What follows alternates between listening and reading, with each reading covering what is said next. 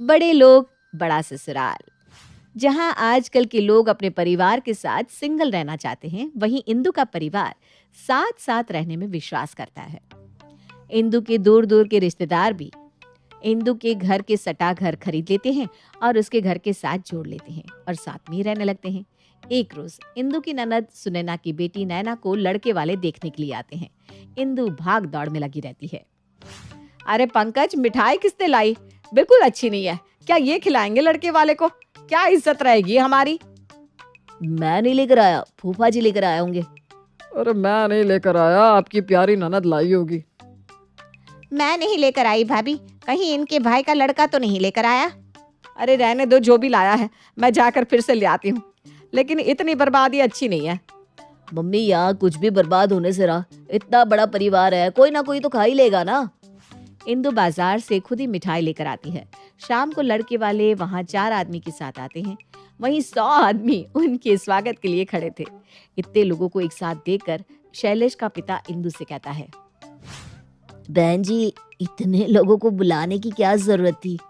अरे नहीं नहीं भाई साहब, ये कोई बाहर के लोग नहीं है, ये सब हमारे परिवार के लोग ही हैं। लड़के वालों की आंखें बड़ी हो जाती है और शैलेश की माँ कहती है, ये परिवार नहीं, पूरा मोहल्ला लग रहा है। हमारे मिसेस को मजाक करने की आदत है। परिवार काफी बड़ा है आपका। ऐसा घर कहाँ देखने को मिलता है अब। जॉइंट फैमिली, वो भी इतने दूर दूर के रिश्तेदार, सब एक साथ ऐसे रहते हैं जैसे फेविकोल के लगी प्लाई। हाँ 100 तो है। आजकल तो गांव में भी ऐसी जॉइंट फैमिली देखने को नहीं मिलती। आप लोग अंदर तो आइए, गेट पर ही खड़े रहेंगे क्या? लड़के वाले घर के अंदर आते हैं। तभी नैना का छोटा मामा कहता है, हमारी भांजी तो लाखों में नहीं करोड़ों में एक है। देख लीजिए, हमारी तरह आपके घर को भी फेविकोल की तरह जोड़े रखेगी। हाँ, लग तो रहा है भाई। भाई साहब खाना तो खाइए, हमारी बच्ची ने अपने हाथों से बनाया है। शैलेश के घर वाले खाने को जैसे ही कुछ उठाते हैं, कभी कोई तो कभी कोई बच्चा वहां आ जाता है और खाने को हाथ लगाने लगता है। पहले बच्चों को दे दीजिए, वरना मुझसे तो खाया नहीं जाएगा। तभी नैना कोल्ड ड्रिंक लेकर वहां आती है और शर्माते हुए कहती है, बच्चों यहाँ आओ, मैं तुम लोगों को देती हूँ। नैना सब बच्चों को नाश्ता देती है। लड़के वालों को एक एक करके अलग अलग से चाय के साथ नाश्ता देती है। इंदु कहती है, बहन जी, हमारी नैना खाना बहुत अच्छा बनाती है, ये सब नैना का ही बनाया हुआ है। इतने लोगों का खाना आपके घर में कैसे बनता है? खाने का क्या है, सब मिलकर बना लेते हैं। मेरी चाची की बहू के भाई का साला बहुत अच्छा खाना बनाता है। नैना की शादी में मैं तो उसे ही बुलाऊंगा। नैना ने उसी से ट्रेनिंग ली है। आप लोगों के दूर के रिश्ते भी ऐसा लगता है कि बहुत नजदीक के हैं। मुझे नैना के साथ साथ फेविकॉल से चिपकी हुई उसकी फैमिली बहुत भागी है। मैं अपने शैलेश की शादी इसी घर में करूंगा। बारातियों का स्वागत हम पान पराग से करेंगे। नैना और शैलेश की शादी पक्की हो जाती है। सब वहीं नाचने लगते हैं। शादी के महीने भर पहले सब रिश्तेदारों को बुलाना होगा, तभी तो मजा आएगा। सब रिश्तेदार तो यही है, अब कौन बचा है? आपका घर किसी बारातियों से कम है क्या भाई साहब? बाकी है जी, मेरी बहन का परिवार, मेरे भाई का परिवार, मेरी मौसी का परिवार। वो मुन्ना मामा का परिवार, वो बिल्ली मौसी की बुआ का लड़का, उसे बुलाना मत भूलना फूफा जी। उसने कितना किया था हमारा जब हम उसके घर गए थे। अरे उसे मैं कैसे भूल सकता हूँ। शैलेश के घर वाले इन लोगों की बात सुनते रह जाते हैं। शैलेश का पिता कहता है, हम लोग चलते हैं, आप लोग मेहमान की लिस्ट बना लीजिए तब तक। शैलेश के घर वाले चले जाते हैं। तभी मुन्ना कहता है, अमरूद के पेड़ से अमरूद किसने तोड़े? क्या अमरूद नहीं है? अब मैं क्या खाऊंगा? ये कोई बात थोड़ी ना है। मैं क्या खाऊंगा? कितनी मेहनत की है मैंने इस पेड़ को बड़ा करने में। किसने तोड़े अमरूद? अरे मैंने नहीं तोड़ा, मुन्ना के पापा से पूछ ले, शायद उन्होंने तोड़ा होगा। अरे मैंने नहीं तोड़ा, मौसी की बहू ने तोड़ा होगा, उनसे पूछ लो। मैंने नहीं तोड़ा, मुझे तो पता ही नहीं कि किसने तोड़ा। तभी नैना अपने सिर पर हाथ रख लेती है। फिर सब चालू हो गए। खा लिए तो खा लिए, जब तक पता चलेगा तब तक नया अमरूद उग जाएगा। आज तक इस घर में कभी कुछ पता चल पाया है जो अब पता चलेगा? अब साथ में रहना है तो इन बातों को इग्नोर तो करना ही होगा। इंदु अगले ही दिन पंडित जी को बुलाकर शैलेश और नैना की शादी की तारीख निकलवाती है। अच्छा, तो इस परिवार में अब एक और आदमी जुड़ने वाला है। कुछ दिनों बाद आपके परिवार को एक धर्मशाला घोषित कर देंगे भाई। अच्छा, तो इसमें दिक्कत क्या है? कम से कम हम लोग किसी और की तरह तो नहीं है, एक साथ तो रहते हैं, लोगों की तरह घर के टुकड़े टुकड़े तो नहीं करते। मैं तो मजाक कर रहा था बहन जी, मेरा मतलब है एक और आदमी आपके परिवार में आ जाएगा। परिवार में एक आदमी बढ़ जाएगा, लेकिन शैलेश जी हमारे साथ नहीं रहेंगे, उल्टा नैना उनके यहाँ चली जाएगी। जी जी जी जी, अगले महीने की 15 तारीख विवाह के लिए बहुत शुभ है। पंडित जी का मुंह मीठा करवाओ, और देखो सब कान खोल के सुन लो, हर रोज रात को सब 1 घंटा वक्त निकालकर शादी की तैयारी और पैकिंग में मदद करेंगे। मम्मी जी, चाची जी की बहू के भाई के साले को अभी से बुला लेते हैं, खाना बनाने में हमारी मदद हो जाएगी। शादी की तैयारी और इतने लोगों का खाना थोड़ा मुश्किल है ना। हाँ हाँ, उसे बुला लेती हूँ, लेकिन शादी के घर में उसे बुलाकर काम थोड़ी ना करवाना है। पंडित चला जाता है और पूरे घर में शादी की तैयारियां शुरू हो जाती है। इसी तरह दिन बीतने लगते हैं। एक रोज मुन्ना बाथरूम करने जाता है और बाथरूम में पानी नहीं आता। अब बाहर कैसे जाऊं? नल में तो पानी नहीं आ रहा। आवाज लगाता हूँ, कोई तो सुन ही लेगा। पानी खत्म हो गया है, कोई सुन रहा है क्या? पानी खत्म होने का नाम सुनते ही सुधा के कान खड़े हो जाते हैं और वो आगे कुछ सुने बिना ही कहती है, नल किसने खुला छोड़ दिया? पानी सारा खत्म हो गया। मैंने तो नहीं किया, जीजू की मम्मी से पूछो ना, वो गई थी छत पर। अरे मैंने नहीं किया, वंदना से पूछो, उसने किया होगा। मैंने नहीं किया, उमा के छोरे से पूछो। बाथरूम में बैठा मुन्ना अपने सर पर हाथ रख के कहता है, कैसा घर है? मुझे बाथरूम में सुनने को कोई नहीं आ रहा, लेकिन सबको पानी की चिंता है। किसने नल खोला? मैं बैठा हूँ, उसकी किसी को फिक्र नहीं है। अब क्या ऐसे ही बाहर जाऊं? मुन्ना जैसे तैसे बाथरूम से बाहर आता है। इधर नैना की माँ सुनैना इंदु से कहती है, मैं कह रही थी भाभी, शादी का घर है, कुछ ही दिनों में बाकी रिश्तेदार भी आ जाएंगी। घर में 2 ही बाथरूम है, कैसे चलेगा? अरे नाना जी, कौन सा सबको पूरे दिन बाथरूम में ही रहना है? हो जाएगा, आप बेफिक्र रहो। जहाँ इतने लोग रह रहे हैं वहाँ 50 लोग और सही। अरे नहीं नहीं, ऐसे नहीं चलेगा। ऐसे ही रोज सुबह सुबह बाथरूम की भाग दौड़ लगी रहती है। कम लोग नहीं है कि 50 और बढ़ जाएंगे, फिर क्या होगा? ऊपर से पानी की समस्या है सो अलग। एक बाथरूम बनवा लेते हैं, नहीं तो धर्मशाला का करना पड़ेगा। पानी भी 2-3 टाइम चढ़ाना पड़ेगा, नहीं तो शादी का काम होना मुश्किल हो जाएगा। पता चला बाराती दरवाजे पर खड़े हैं और कोई तैयार ही नहीं हुआ, तब इज्जत क्या रह जाएगी भाभी आपकी? अभी सब बोलते हैं फेविकॉल से जुड़ी फैमिली, फिर कहेंगे कैसी है ये फैमिली? इससे तो अच्छा सब अलग अलग रहते। अरे ऐसा मैं नहीं होने दूंगी। आज ही मैं 1 नहीं 2 बाथरूम बनवाती हूँ, पानी का मोटर भी बदलवा लेती हूँ, फिर पानी की भी दिक्कत नहीं होगी। इतने में ही पंकज वहां आता है। अरे मेरी बाइक कौन लेकर गया है? अब मुझे दुकान जाना है, कैसे जाऊं मैं? अरे शांति रख बेटा, घर का ही कोई आदमी लेकर गया होगा। ठीक है, लेकिन पूछना तो चाहिए ना कौन ले गया है। बुआ, तुमने देखा है कौन मेरी गाड़ी लेकर गया है? नहीं तो मैंने नहीं देखा, चाची के बेटे से पूछ लो ना। मैंने नहीं देखा, मुन्ना से पूछ लो। मुन्ना की याद तब नहीं है आई जब मुन्ना बाथरूम से पानी के लिए आवाज दे रहा था। अरे अब तो मोटर बदल रहा है ना। अच्छा ये बता, बाइक देखी है क्या? नहीं, मैंने तो नहीं देखी, मम्मी से पूछ लो। अरे मैंने नहीं देखी, सासू माँ से पूछ लो। मैं पैदल ही जा रहा हूँ, मजाल है कि किसी सवाल का जवाब मिल जाए इस घर में। पूछते पूछते पूरा दिन निकल जाएगा। पंकज दुकान चला जाता है। अगले दिन सुबह एक तरफ मोटर बदलने का काम शुरू हो जाता है, दूसरी तरफ बाथरूम बनाने का। सब जल्दी जल्दी बाथरूम हो आओ, फिर पानी खत्म हो जाएगा तो अभी चढ़ा भी नहीं सकेंगे। सुनते ही सब भाग दौड़ करने लगते हैं। पंकज बाथरूम की ओर भागता है। मैं चला जाता हूँ, मुझे दुकान खोलना है, फिर सब जाते रहना। मुझे जाने दो भैया, मुझे आज शैलेश को मिलने जाना है, फिर मुझे अपना लहंगा भी तो लेने जाना है वहाँ से। अरे बाबा, तू मेरे बाद में चली जाना, मुझे जाने दे पहले। दोनों में बहस होने लगती है।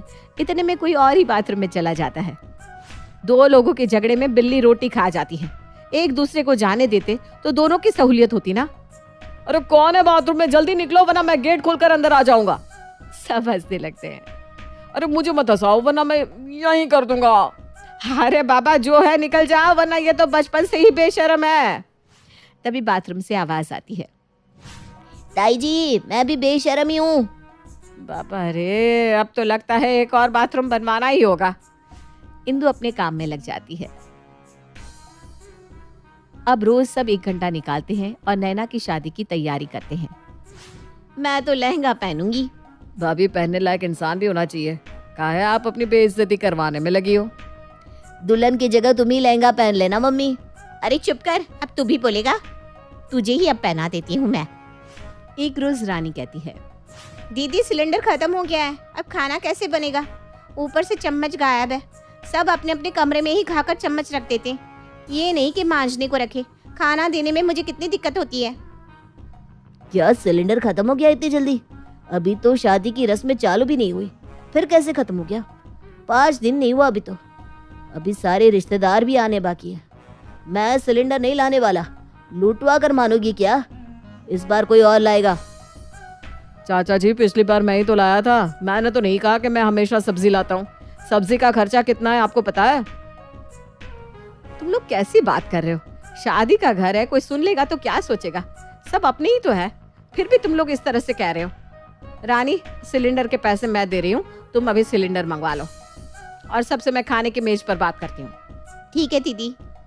माँ, कब तक तुम इस घर को जोड़े रखोगी? अब फेविकोल की सटने की ताकत खत्म हो गई है। जब तक इंदु है, ये घर एक ही रहेगा, भले मुझे इसके लिए कुछ भी करना पड़े।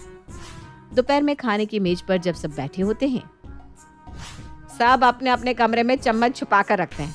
ये कोई अच्छी बात है क्या? सब चम्मच लाकर रसोई में रखो, वरना चम्मच के सबको 500-500 करके देने होंगे। खाने में मजा नहीं आ रहा। अचार दो ना मम्मी। सुधा अचार लेने छत पर जाती है, लेकिन छत पर अचार नहीं मिलता। वो दौड़ती हुई छत से आती है। इस घर में आदमी कुछ रख ही नहीं सकता।